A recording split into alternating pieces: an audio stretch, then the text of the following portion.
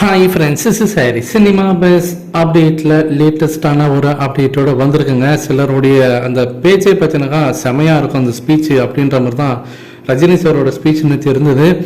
So கலைஞருடைய அந்த நூற்றாண்டு விழா அதில் வந்து கலந்துட்டார். அதில் வந்து ரஜினி சாரோட ஸ்பீச் எல்லாராலையும் வந்து விட்டு பார்க்கப்பட்டது. செமையாக பேசியிருந்தாரு. எளிமையாக இருந்தவர் கலைஞர் அப்படின்னு சொல்லிட்டு அவர் ஆரம்பிச்சாரு. அவர் வந்து பார்த்தீங்கன்னா ஒரு சாதாரண ஒரு வீட்டில் இருந்து தான் 1955லேருந்து அவர் வந்து ஒரு சின்ன சம்பளத்தில் ஆரம்பிச்சு தான் கோபாலபுரத்தை வீட்டை அவர் வாங்கியிருந்தாரு. ரொம்ப எளிமையாக வாழ்ந்தவர் அப்படின்ற மாதிரி சொல்லியிருந்தாரு. அதே போல கலைஞர் அவர்கள் அரசியலுக்கு போகாம இருந்தாருன்னா சினிமா துறையில இன்னும் பல எம்ஜிஆர்கள் இன்னும் பல சிவாஜிகளை அவரால் உருவாக்கி இருக்க முடியும். ஏன்னா அவருடைய அந்த எழுத்தை வந்து உச்சரித்து பேசிதான் இவங்க ரெண்டு பேருமே பிரபலமானாங்க அப்படின்ற மாதிரி சொல்லியிருந்தாரு. அதே போல அவருடைய எழுத்துல வரக்கூடிய சில பாராட்டத்தக்க விஷயங்கள்லாம் பார்த்தீங்கன்னா அவர் வந்து பட்டியலிட்டு போட்டு காட்டியிருந்தாரு. அதெல்லாம் நம்மளால பார்க்க முடியுது. அவருடைய எழுத்துல பார்த்தீங்கன்னா ஒரு தெனாலிராமன்ல இருக்கக்கூடிய நகைச்சுவை இருக்கும்.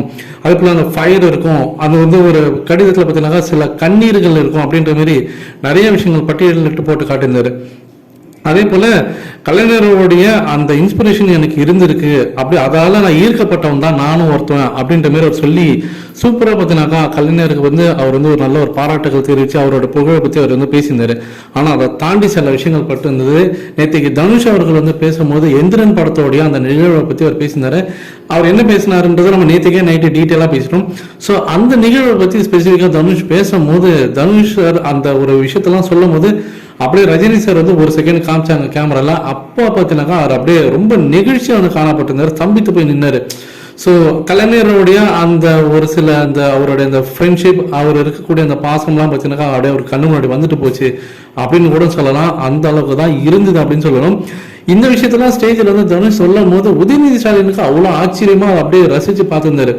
இந்த அளவுக்கு கலைஞரும் ரஜினி அவர்களும் ஒன்னா வந்து பழகியிருக்காங்க, எந்த அளவுக்கு அவங்களுக்குள்ள வந்து ஒரு ஃப்ரெண்ட்ஷிப் இருந்திருக்கு, ஒரு பாண்டிங் இருந்திருக்குன்றது தன்னுடைய தாத்தா பத்தி அவரே வந்து நேற்றுக்கு தெரிஞ்சுக்கிட்ட மாரி அவர் வந்து அவ்வளவு ஆச்சரியமா அவர் வந்து கேட்டிருந்தாரு. அது நம்மளால பார்க்க முடிஞ்சது.